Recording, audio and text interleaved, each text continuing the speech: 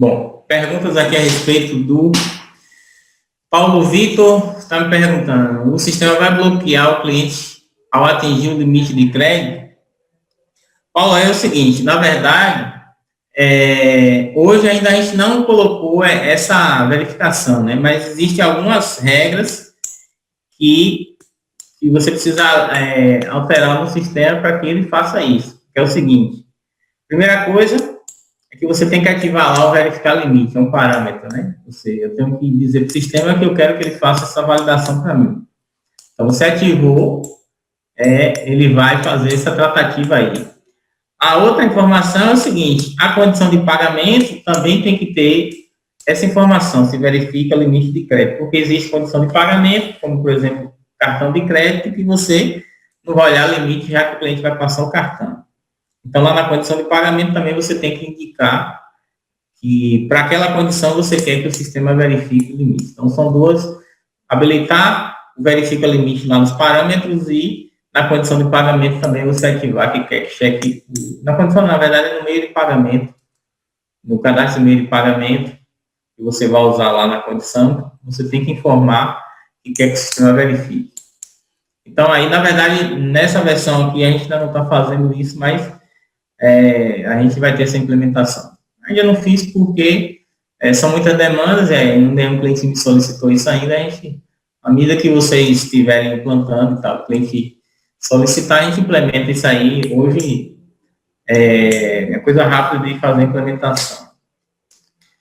Quando atualiza, pode mudar as informações já cadastradas, exemplo, telefone. Pergunta do David aqui: pode sim, David. Na verdade, quando você... um detalhe aqui no cadastro da pessoa, que você fez a pergunta aqui, é o seguinte: quando eu uso esse botão aqui, atualizar, tem um botão aqui, atualizar via web. Se eu clicar aqui,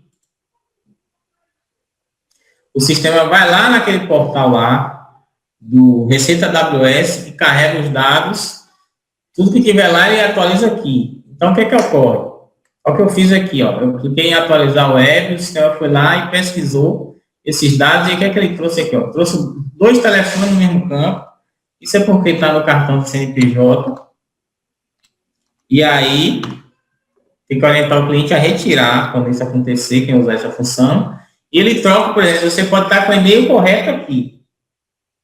É um cuidado que a gente tem que ter. Às vezes você está com o e-mail correto, telefone correto. Quando você clicar nesse botão, ele vai substituir os dados que você já tem. Então, é uma função que agiliza em alguns casos, mas tem que ter esse cuidado na hora de usar. Porque se você clicar aqui, os dados que estão aqui, que vem de lá, ele substitui tudo. Telefone, e-mail. Então, quando for orientar o cliente a fazer o uso desse botão, por exemplo, de repente o cadastro dele está todo incompleto, só tem CNPJ, não tem mais nada, ele pode usar isso aqui como forma de agilizar. Esse atualizar que você faz é aquela que é a API que vai fazer isso internamente. Ele vai lá e busca os dados da Cefaz e atualiza internamente, ele não traz para cá, para a página, para você ver de novo. Então, se você utilizar esse botão, você tem que utilizar e cancelar. Se você salvar, os dados que ele puxar aqui, quando você salvar e estiver diferente, ele vai sobrepor.